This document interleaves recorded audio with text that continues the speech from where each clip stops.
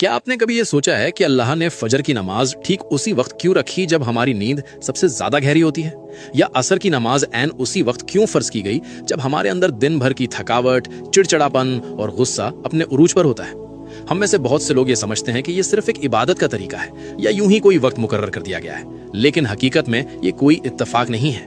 اللہ نے 5 وقت کی نمازیں بالکل انہی وقتوں میں فرض کی ہیں جہاں آپ کی روح اور آپ کا دماغ سب سے زیادہ کمزور ہوتے ہیں۔ دن کی شروعات فجر سے ہوتی ہے، دنیا سے ملنے سے پہلے اللہ سے ملاقات۔ صبح کے وقت آپ کے جسم میں ایک خاص ہارمونل بدلاؤ ہوتا ہے جسے medical science cortisol awakening response کہتی ہے۔ یہ وہ وقت ہے جب رزق عطا کیا جا رہا ہوتا ہے اور فرشتے اپنی ڈیوٹی بدل رہے ہوتے ہیں۔ اگر آپ اس وقت سوتے رہ گئے تو آپ نے اپنے پورے دن کی بنیاد ہی کمزور کر دی۔ پھر آتا ہے ظہر کا وقت۔ دن کے بیچ میں جب آپ کام کر رہے ہوتے ہیں تو آپ کے جسم کا انرجی لیول گرنے لگتا ہے، فوکس ختم ہو جاتا ہے، دماغ تھکنے لگتا ہے اور انسان غلط فیصلے کرنے لگتا ہے۔ ظہر کی نماز آپ کے دماغ کے لیے اللہ کی طرف سے ایک پرفیکٹ نیورولوجیکل ریسیٹ ہے۔ یہ آپ کے دماغی بوجھ کو ختم کر کے آپ کی توجہ کو دوبارہ بیلنس کرتی ہے۔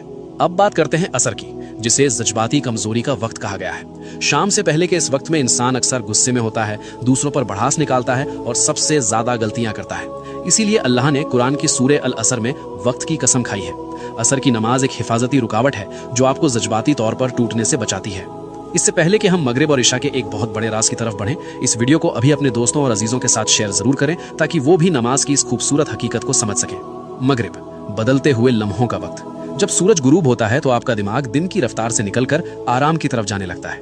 یہ ایک ایسا ٹرانزیشن کا وقت ہے جس کے بارے میں ہمارے پیارے نبی حضرت محمد صلی اللہ علیہ خاص طور پر تنبیہ فرمائی ہے۔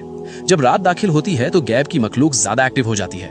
مغرب صرف ایک نماز نہیں بلکہ اندھیرے کی دہلیز پر ملنے والی ایک مضبوط حفاظت ہے۔ اور آخر میں عشاء، اندر کی دنیا کی حفاظت۔ جب اندھیرا چھا جاتا ہے تو انسان کے اندر اوور تھنکنگ بڑھنے لگتی ہے، دل پر ایک عجیب سا جذباتی بوجھ محسوس ہوتا ہے۔ اسلام میں نیند کو ایک چھوٹی موت کہا گیا ہے جہاں آپ کی روح قبض کی جاتی ہے۔ عشاء کی نماز غیب کی دنیا میں داخل ہونے سے پہلے آپ کی آخری حفاظت ہے۔ یاد رکھیے، جب آپ کوئی نماز چھوڑتے ہیں تو آپ صرف ایک فرض نہیں چھوڑتے بلکہ آپ وہ خاص لمحہ کھو دیتے ہیں جو خالق نے آپ کو سنبھالنے اور سکون دینے کے لیے بھیجا تھا۔ یا اللہ ہم سب کو اور ہماری نسلوں کو 5 وقت کی نماز قائم کرنے والا بنا دے۔ کامنٹس میں ایک بار دل سے آمین ضرور لکھیں۔